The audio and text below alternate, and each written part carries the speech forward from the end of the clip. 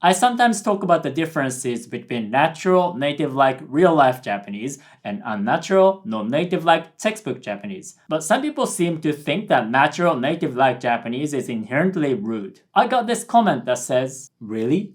Real-life Japanese? What about the respect? Use real-life Japanese, then you'll say rude." That's a pretty bizarre idea. Do you think real-life Japanese people go around speaking rude real-life Japanese, insulting each other? Take a look at this clip. 結構難しい言葉があるんで、ちょっと難しいと思いますね。Here, we are speaking natural, native-like Japanese with all the contractions and colloquial expressions. And guess what?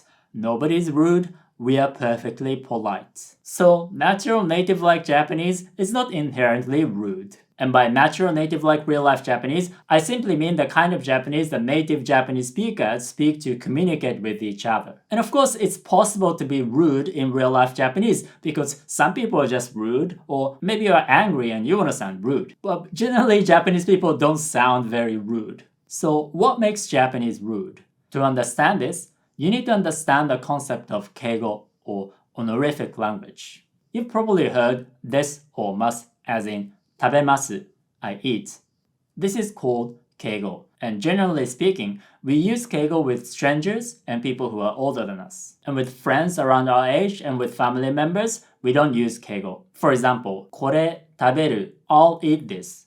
We can call this plain or neutral Japanese because there's no des or mas. And the keigo version will be これ食べます, I'll eat this. Here we added ます to 食べ, which is an inflection of 食べる, to eat. So keigo is just adding special words, this or mas, to basic inflections. Now, there's a common misconception about keigo among non-native speakers because they mix up subcategories of keigo. Desu and masu are called teineigo or polite language, which is a subcategory of keigo. There are other subcategories like sonkeigo or respectful language, which is like 召し上がる instead of 食べる to eat, or 謙譲語 humble language, which is like いただく instead of 食べる. And we often just use 丁寧語 des, mas without using 謙譲語 or 尊敬語. And that's a very common way of speaking keigo. And in my interview videos, we mostly speak like that. And if you want to be extra polite, for example, if you are a salesperson and you're talking to your customer,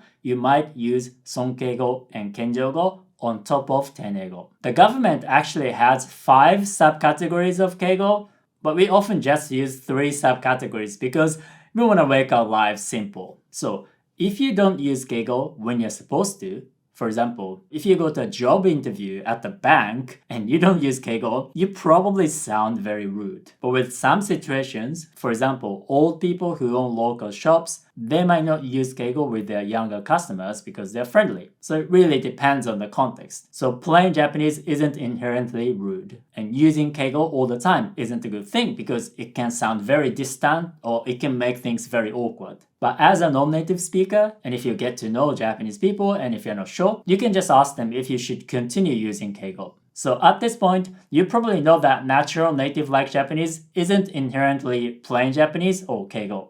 It has everything. And textbook Japanese either. Even though textbook input is unbalanced because it's very heavy on keigo, popular textbooks eventually give you plain Japanese examples. They just don't really explain what keigo is very well, if at all, and they don't teach you the fundamental inflections right away, but they still give you examples in plain Japanese. So textbook Japanese isn't inherently keigo either. And if you're interested in learning natural real-life Japanese, which can be perfectly polite, I will teach you the kind of Japanese that real-life Japanese people today actually speak to communicate with each other. So click the link in the description and subscribe to my email group. The difference between natural native-like Japanese and unnatural non-native-like textbook Japanese isn't about politeness or respectfulness. It's more about word choice or context. Textbooks don't always say things the way we say, or they simply sound contextually wrong, even though it's not necessarily grammatically incorrect. And they often don't use contractions that we use in real life. But then again, contractions are not inherently rude. For example, we might say something like, 今何してますか? What are you doing now?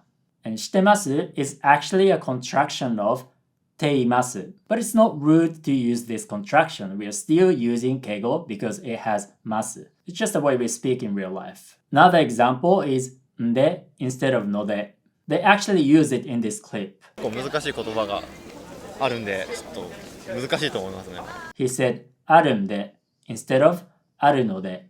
Again, this is not rude. Nde is so common that even textbooks like Genki use nde, which is interesting because they don't use all of the super common contractions, so it's quite arbitrary. And of course, there are some contractions that can sound very rough, but it's not because they are contractions that they sound rough, it's just those are rough ways of speaking Japanese, and not everybody uses them. And if you don't use any contractions, you might just sound very robotic, or maybe you sound like some anime characters. So not using contractions isn't really better. Having said that, it's not necessarily wrong to speak unnatural, non-native like textbook Japanese, so it just comes down to your preference. And if you prefer learning natural native like Japanese, I will teach you the kind of Japanese that real-life Japanese people today actually speak to communicate with each other. I'll give you natural, realistic examples and actual real-life examples. So if you want to learn Japanese with me, click the link and subscribe to my email group, Japanese with Yuta.